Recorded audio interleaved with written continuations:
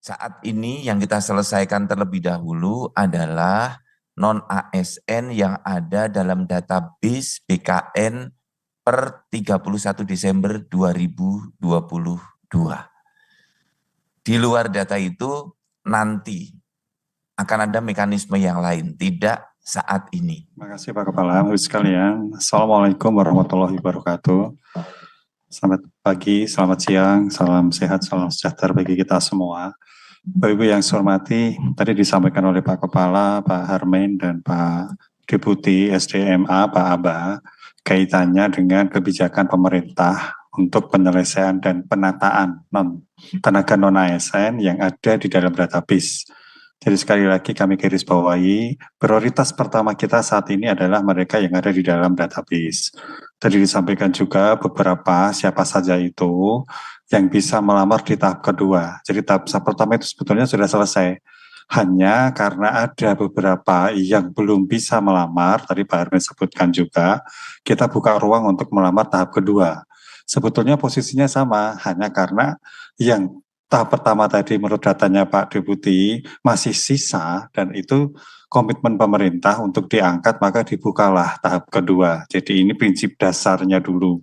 Jadi kalau mereka yang tadi pertanyaan bagaimana dengan sisa yang belum kurang dari 2 tahun ya kalau dia memang di luar database nanti kebijaksanaannya.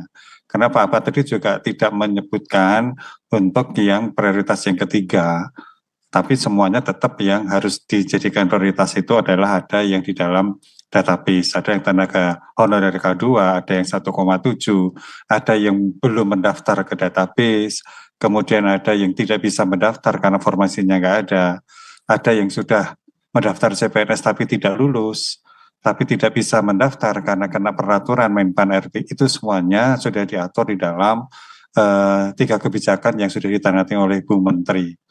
Yang saya ingin ulang sebentar, yang pertama kaitannya dengan mereka yang pasca tenaga non-ASN, sekali lagi mereka yang setelah ini tidak bisa mendaftar karena formasinya tidak ada dan sebagainya, sudah dibuka ruang. Kalau misalnya harapan kami semua jabatan yang ada di dalam data, pangkalan data di BKN itu, jabatan-jabatan apa saja itu bisa diinjek di sistem SCACN kita. Sehingga tidak ada lagi sebetulnya isu mereka tidak bisa mendaftar karena tidak ada formasi. Namun demikian, andai kata memang terpaksanya tidak ada, sudah disediakan 4 formasi tampungan. Sehingga nanti yang penting daftar dulu, masuk dulu, kemudian dia ikut seleksi, dan tidak ada istilah tidak lulus, karena memang semuanya kita komitmen untuk diangkat menjadi pegawai P3K. Hanya apakah dia pegawai P3K penuh waktu atau paruh waktu, sesuai yang disampaikan oleh Pak Aba tadi. Yang pertama, karena mungkin formasi yang diajukan oleh instansi itu beda dengan yang ditetapkan, mengingat alasan anggaran, maka yang pasti mereka yang sesuai dengan jumlah formasi berdasarkan penetapan ranking itulah yang akan diangkat menjadi penuh waktu. Sisanya dia akan diangkat menjadi paruh waktu. Ini yang penting bagi semuanya. Paruh waktu tadi disampaikan juga oleh Pak Aba. Khususnya mereka yang selama ini jadi isu nasional, sudah ikut seleksi CPNS, tetapi dia dinyatakan tidak lulus. Tidak lulus itu karena dia sudah ikut SKD, tidak lulus, atau SKD lulus tetapi SKB-nya tidak lulus, sehingga tidak bisa diangkat, maka yang bersangkutan itu tidak wajib ikut seleksi tahap kedua. Nanti hanya diangkat menjadi tenaga honorer paruh waktu. Tapi kalau misalnya dia mendaftar CPNS, belum sempat seleksi karena TMS pada waktu seleksi administrasi diberikan kesempatan untuk ikut seleksi tahap kedua. Jadi prinsipnya tidak bisa mereka mendaftar itu 2 tempat, yaitu untuk ketiga kamuan PNS berdasarkan Permenpan 6 tahun 2024. Termasuk tadi ada pertanyaan bagaimana dengan jabatan pegawai atau petugas irigasi ya. Moga-moga kalau misalnya di situ ada ya daftar aja di situ formasinya ada. Tapi kalau sampai tidak ada kembali lagi ke jabatan tampungan. Sehingga tampungan ini harapannya bisa mengakomodir semuanya yang ada di dalam database BKN dan tidak ada alasan lagi tidak bisa mendaftar karena tidak ada formasi. Bapak yang saya hormati, kaitannya dengan nanti secara teknis dari Kalimantan, dari Kota Waringin Barat, ada beberapa yang tadi salah milih formasi. Nah, mekanisme nanti Pak Deputi yang akan menyampaikan, termasuk yang dia sakit kan nanti akan ikut tahap kedua, karena yang bersangkutan memang belum pernah ikut seleksi. Prinsip, jadi sekali lagi yang belum pernah ikut seleksi, ya, apakah itu tahap pertama dan tahap kedua, itu dia tahap pertama dan CPNS, maka dia ikut seleksi tahap kedua. Jadi kalau kemarin sudah ikut seleksi tahap pertama, sebetulnya tidak akan ada istilah tidak lulus, maka dia akan diangkat menjadi P3K. Apakah dia penuh waktu atau paruh waktu itu tergantung nanti dari jumlah formasi, di posisi di berapa dianya, dan yang kedua kaitannya dengan yang berkaitan anggaran yang disediakan oleh instansi. Nah, tadi juga disampaikan oleh Pak Abah kaitannya dengan mereka yang nantinya akan diangkat menjadi P3K paruh waktu apabila yang bersangkutan itu ternyata memenuhi syarat untuk diangkat menjadi penuh waktu, dia akan diangkat menjadi penuh waktu. Syarat yang pertama tentu ada formasi yang diajukan dulu kepada Menpan.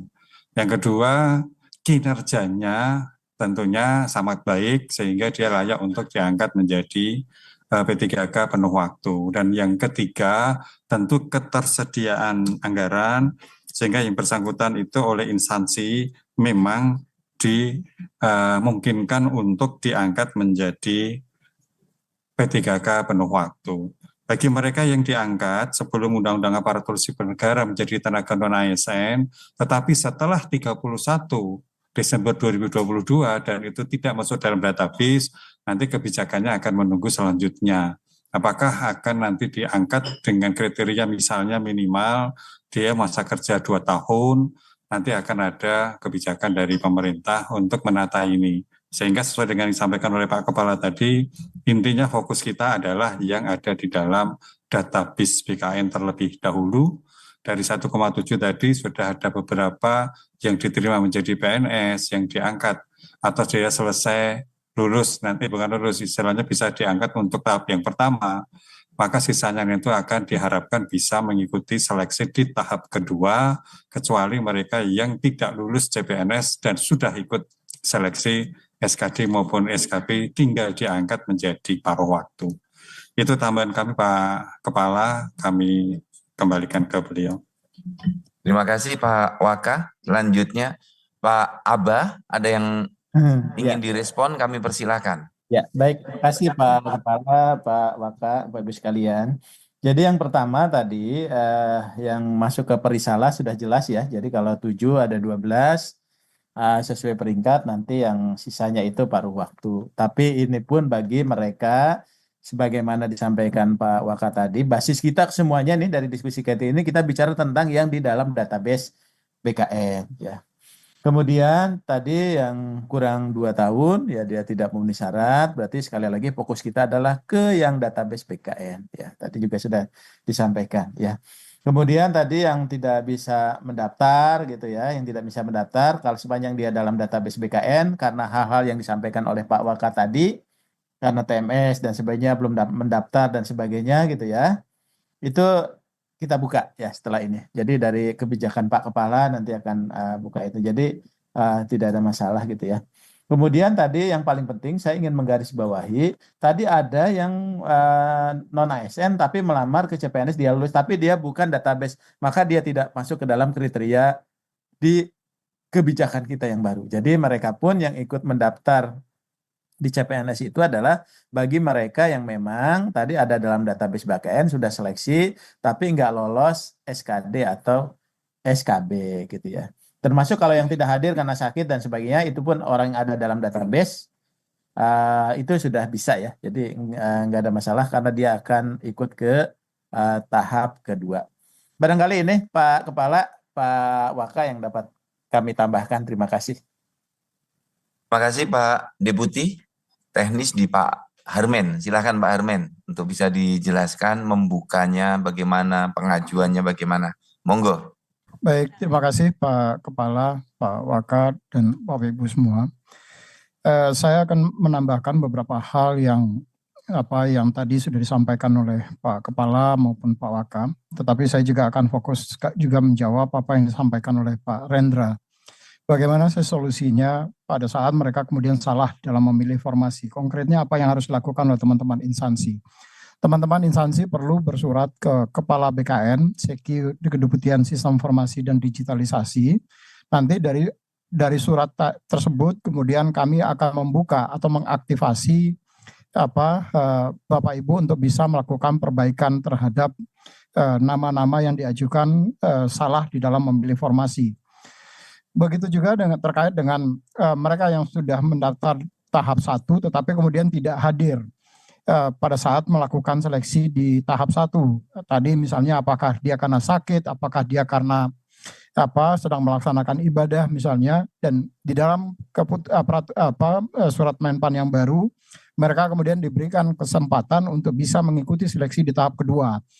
Maka kami tentu tidak tahu apakah yang bersangkutan tadi memang hadir atau tidak hadir, maka perlu teman-teman instansi bersurat ke Kepala BKN, Seki, Deputi Sistem Informasi, untuk nanti kami buka dan kami tampilkan data-data para orang-orang yang kemudian tidak hadir pada saat di dalam pelaksanaan seleksi di tahap 1 yang lalu. Terkait dengan yang ketiga tadi, apakah lulus CPNS terdata atau yang tidak terdata yang kemudian bisa diangkat menjadi P3K paruh waktu, ini sudah dijelaskan oleh Pak Aba dan Pak Wakil Kepala tadi, bahwa prioritas kita adalah mereka yang terdaftar di dalam database non-ASN. Nah, di dalam catatan kami, tadi kami sudah menyampaikan bahwa mereka yang terdaftar di dalam database non-ASN BKN yang mengikuti seleksi kemarin itu sebanyak 62.445 orang. Setelah kita melakukan pengolahan hasil, yang lulus sampai dengan akhir, yang mendapatkan formasi CPNS itu sebanyak 5.302 orang, dan yang tidak lulus seleksi CPNS sebanyak 57.143 orang. Nah, 57.143 orang ini karena dia terdaftar di dalam database non-ASN, maka mereka lah yang kemudian akan langsung otomatis diangkat menjadi P3K paruh waktu tanpa harus mengikuti seleksi di tahap kedua, seperti yang tadi disampaikan oleh Pak Deputi SDMA. Mereka nanti akan langsung diangkat menjadi P3K paruh waktu sesuai dengan surat Menteri PAN RB, sehingga dan sejalan dengan peraturan Menteri PAN RB nomor 6 tahun 2024 bahwa setiap peserta seleksi calon aparatur sipil negara 2024 itu hanya bisa mendaftar di salah satu formasi jabatan di dalam tahun formasi yang sama. Nah, itu yang pertanyaan dari Pak Rendra tadi terkait dengan bagaimana mekanismenya, dan tentu dengan konfirmasi surat dari Bapak Ibu kami akan membuka link yang bersangkutan sehingga bisa dilakukan perbaikan terhadap data-data yang bersangkutan, karena apakah itu karena salah pemilih formasi, apakah karena memang tidak hadir pada saat mengikuti seleksi di tahap 1 kemarin. Itu mungkin tambahan dari kami, Pak Kepala. Terima kasih, Pak. Rekan-rekan semuanya, hari ini kita sudah menyampaikan beberapa kebijakan baru untuk melakukan adopsi dan adaptasi terkait dengan beberapa masalah yang belum selesai. Nah, untuk itu kita sudah berusaha seoptimal mungkin dan perlu dukungan dari Ibu Bapak serta seluruh pegawai honorer yang sudah terdata dalam database 2022 untuk mendaftar. Nah, sebab kalau nggak mendaftar, pintunya nggak ada lagi untuk masuk ke dalam sistem. Nah, ini yang belum mendaftar masih ratusan ribu. Ini data bergerak terus, pendaftaran termonitor terus secara sistem, tapi masih ada ratusan ribu. Waktu tinggal hari ini dan besok. Oleh karena itu, Ibu Bapak sebagai closing dari acara ini, saya minta pertama 14 kantor regional BKN untuk bersama-sama dengan rekan-rekan pengelola SDM di provinsi, kementerian dan lembaga untuk melakukan blasting informasi ini secara meluas. Mudah-mudahan langkah kita ini dirahmati oleh Allah Subhanahu wa taala untuk memudahkan para honorer mendapatkan status sebagai ASN.